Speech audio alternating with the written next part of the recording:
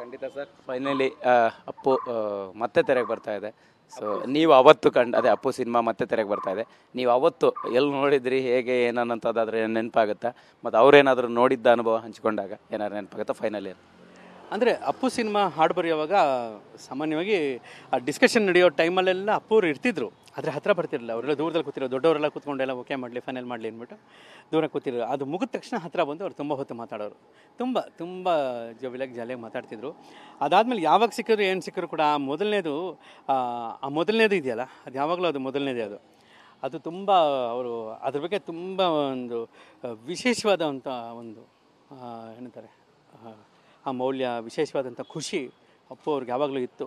ಅದಕ್ಕೆ ಸಿಕ್ಕಿದಾಗಲ್ಲ ಅದ್ರ ಬಗ್ಗೆ ಮಾತಾಡೋರು, ಸಿಕ್ಕಿದಾಗಲ್ಲ ಅದ್ರ ಬಗ್ಗೆ ಹೇಳೋರು. ಅದು ಬಹಳ ನನಗೆ ಆಪ್ತತೆ ಅಂತ ಅನಿಸೋದು. ಮತ್ತು ಇನ್ನೊಂದು ವಿಶೇಷ ಇದೆ, ಅಪ್ಪು ಅವ್ರಿಗೆ ಎಂಥ ಮೆಮೊರಿ ಪವರ್ ಅಂದರೆ, ಅವ್ರು ಎಂಥ ನೆನಪಿನ ಶಕ್ತಿ.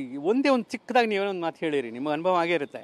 ಒಂದು ಚಿಕ್ಕದಾಗಿ ಏನೋ ಒಂದು ನೀವು ಹೇಳಿರಿ, 10 ವರ್ಷ ಬಿಟ್ಟು ಬನ್ನಿ, ಇಂಥ ಜಾಗದಲ್ಲಿ ಇಂಥ ಬಂದು ಅದು ನೀವು ಹೇಳಿದ್ರಿ ಅಂತ ಹೇಳುವಷ್ಟು, ಮತ್ತು ಆ ಮಾತಿಗೆ ತಕ್ಕ ಹಾಗೆ ನಡ್ಕೊಳ್ಳೋವಷ್ಟು, ಮಾತಿಗೆ ನಡೆಯೋದು ಅದೆಲ್ಲ, ಮತ್ತು ಮನಸ್ಸಿನಂತೆ ನಡೆಯೋದು, ಮಾತಿನಂತೆ ನಡೆಯೋದು, ಮತ್ತು ಒಂದು ಆದರ್ಶದಂತೆ ನಡೆಯೋದು, ಇದೆಲ್ಲದಕ್ಕೂ ನೇರವಾಗಿ ನಾವು ಒಂದು ಸೂಚಿಸಬಹುದಾದಂಥ ಹೆಸರು ಅಂದರೆ ಪುನೀತ್ ರಾಜ್ಕುಮಾರ್ ಸರ್.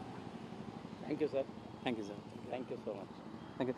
ಮತ್ತೊಮ್ಮೆ ಅವರ 50ನೇ ವರ್ಷದ ಈ ಜನ್ಮದಿನ, ಅವ್ರಿಗೆ 100 ವರ್ಷ 150ನೇ ವರ್ಷದ ಜನ್ಮದಿನ ಆದರೂ ಕೂಡ ಆಗಲೂ ಅಪ್ಪು ಮತ್ತೆ ರಿಲೀಸ್ ಆಗ್ತಾನೆ ಇರುತ್ತೆ.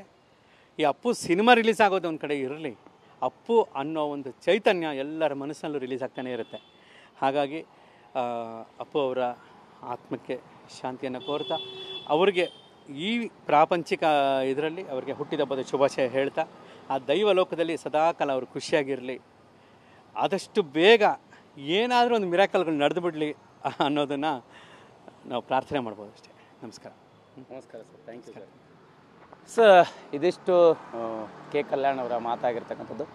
ಕ್ಯಾಮರಾ ಪರ್ಸನ್ ಶ್ರೀಕಾಂತ್ ಜೊತೆ ಮಾಲ್ತೇಶ್ ಜಗ್ಗಿನ್, TV9 ಬೆಂಗಳೂರು.